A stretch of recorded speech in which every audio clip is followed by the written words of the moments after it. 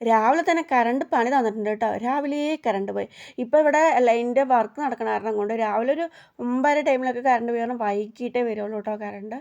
അപ്പോൾ കുറച്ച് ചേമ്പൻ തണ്ട് കിട്ടിയിട്ടുണ്ടായിരുന്നു കേട്ടോ. അമ്മ തോട്ടത്തിൽ നിന്ന് വലിച്ചിട്ട് വന്നിട്ടുണ്ടായിരുന്നതാണ്. അപ്പോൾ അതിനെ കറി വയ്ക്കാമെന്ന് വിചാരിച്ചു കേട്ടോ. ചേമ്പൻ തണ്ടും കിഴങ്ങും ഉണ്ടായിരുന്നു.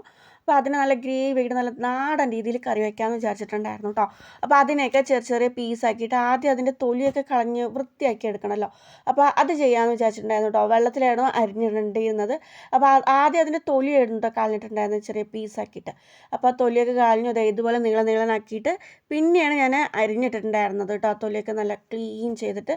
അപ്പോൾ അതൊക്കെ ഒന്ന് സെറ്റാക്കി അരിഞ്ഞിട്ടുണ്ടായിരുന്നു കേട്ടോ. ഈ ചേമ്പിൻ തണ്ടിൻ്റെ ഉള്ളിൽ നിങ്ങൾ ശ്രദ്ധിച്ചിട്ടുണ്ടോ? എന്തുമാത്രം അറിയാലേ. ഇപ്പോഴാണ് കേട്ടോ എനിക്ക് ചെറുപ്പത്തെ ആ ഒരു ഓർമ്മ വരുന്നത്. പഠിക്കുന്ന ടൈമിൽ ഞങ്ങൾക്ക് പരീക്ഷണത്തിനൊക്കെ വേണ്ടിയിട്ട് വെള്ളം ശേഖരിക്കണ ഒരു നിരീക്ഷണമൊക്കെ ഉണ്ടായിരുന്നു കേട്ടോ. അപ്പോൾ അതിനൊക്കെ ഞാൻ ചേമ്പുന്തണ്ട് കൊണ്ടുപോയതൊക്കെ ഈ ചേമ്പുന്തണ്ട് മുറിക്കുമ്പോഴാണ് കേട്ടോ എനിക്ക് ഓർമ്മ വരുന്നത്. പണ്ടത്തെ ഓരോ കാര്യങ്ങൾ, സ്കൂൾ ലൈഫ് കാര്യങ്ങളൊക്കെ ആയിട്ട്. അപ്പോൾ എന്തായാലും ചേമ്പുന്തണ്ട് മുറിച്ച് വെള്ളത്തിലിട്ട് വെച്ചിട്ടുണ്ട് കേട്ടോ കറി വയ്ക്കാൻ വേണ്ടിയിട്ട്. പിന്നെ ചേമ്പൻ കിഴങ്ങായിരുന്നു എടുത്തിട്ടുണ്ടായിരുന്നത്. അതിന് അതുപോലെ തൊലിയൊക്കെ കളഞ്ഞ് ചെറിയ ചെറിയ പീസാക്കിയിട്ട് അരിഞ്ഞിട്ട് വെള്ളത്തിലിടുന്നുണ്ട് കേട്ടോ. പിന്നെ അതൊന്ന് കഴുകി വൃത്തിയാക്കി എടുക്കേണ്ടതുണ്ട് കേട്ടോ. ഈ ചേമ്പും കിഴങ്ങ് ഉടച്ച് കറി വയ്ക്കാൻ നല്ല ടേസ്റ്റാണ് കേട്ടോ. നല്ല പരിപ്പ് പോലെ അടിപൊളി ടേസ്റ്റ് ആയിരിക്കും. എന്തായാലും ചേമ്പുതണ്ട് അരിഞ്ഞ് നല്ല ക്ലീൻ ആക്കിയിട്ട് കഴുകി കുക്കറിൽ ഒരു വിസിലടുപ്പിക്കാൻ വിചാരിച്ചു കേട്ടോ. ഒറ്റ വിസിൽ മതി കേട്ടോ. പെട്ടെന്ന് വേവുന്ന സാധനമാണ്. അപ്പോൾ കുറച്ച് വെള്ളം ഒഴിച്ച് വെച്ചിട്ടുണ്ട് കേട്ടോ. അപ്പോൾ കുക്കറിൽ തന്നെ വേവാൻ വെച്ചിട്ടുണ്ടായിരുന്നു. അപ്പോൾ അത് നന്നായി വെന്ത് വരട്ടെ എന്ന് വിചാരിച്ചു കേട്ടോ. അതിൽ പ്രത്യേകിച്ചൊന്നും ഇട്ടിട്ടുണ്ടായിരുന്നില്ല കേട്ടോ. പിന്നെ വേസ്റ്റുകളൊക്കെ കൊണ്ടുപോയി കളഞ്ഞു കേട്ടോ. ചേമ്പൻ തണ്ടിൻ്റെയും ഒക്കെ തൊലി കാര്യങ്ങളൊക്കെ ഉണ്ടായിരുന്നല്ലോ, അതൊക്കെ ചാലിൽ കൊണ്ടുപോയി കളഞ്ഞു കേട്ടോ. അപ്പോൾ ആ ഒരു ടൈം ആകുമ്പോഴേക്കും നമ്മുടെ കുക്കറിൽ വിസിൽ വന്നിട്ടുണ്ടായിരുന്നു. അപ്പോൾ ചേമ്പൻ കിഴങ്ങ് വന്നിട്ടുണ്ടായിരുന്നു കേട്ടോ. പിന്നെ തണ്ടും കൂടിയിട്ട് അതിൻ്റെ അതിൽ വേഗം വെക്കാമെന്ന് വിചാരിച്ചു കേട്ടോ. കുക്കർ നല്ല ഫുള്ളായിട്ടുണ്ടായിരുന്നു കേട്ടോ. ഫുള്ളായതുകൊണ്ട് കാര്യമൊന്നുമില്ല കേട്ടോ. ഒറ്റ വിസിലിൽ നല്ല പാതിയായി വന്നിട്ടുള്ളൂ കേട്ടോ. കണ്ടോ, പകുതിയിൽ കറക്റ്റ് അതാണ്. ചുങ്ങി എന്ന് പറഞ്ഞാൽ അതിൻ്റെ ആ ഒരു വെള്ളാംശമൊക്കെ വെളിയിൽ വന്നിട്ടേ നന്നായി ചുങ്ങുമല്ലോ അല്ലേ.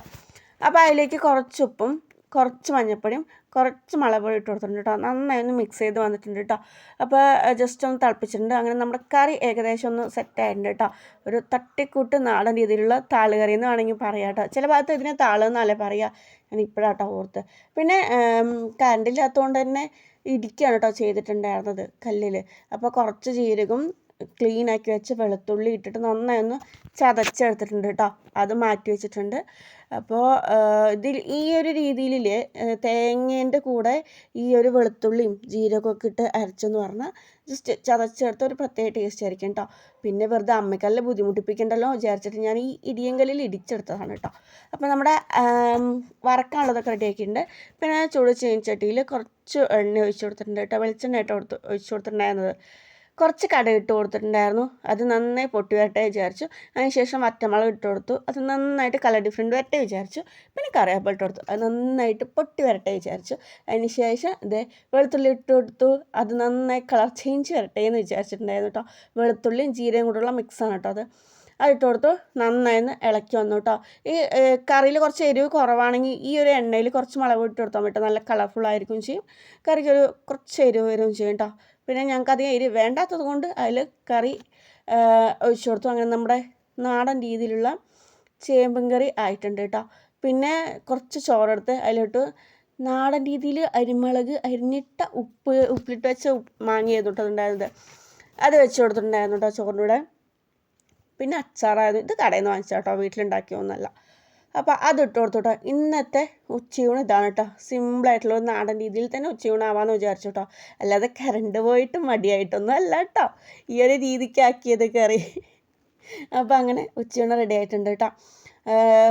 അപ്പോൾ ഇന്നത്തെ വീഡിയോ ഇത്രയേ ഉള്ളൂ. എല്ലാവരും ലൈക്ക് ചെയ്യുക, സബ്സ്ക്രൈബ് ചെയ്യുക. താങ്ക്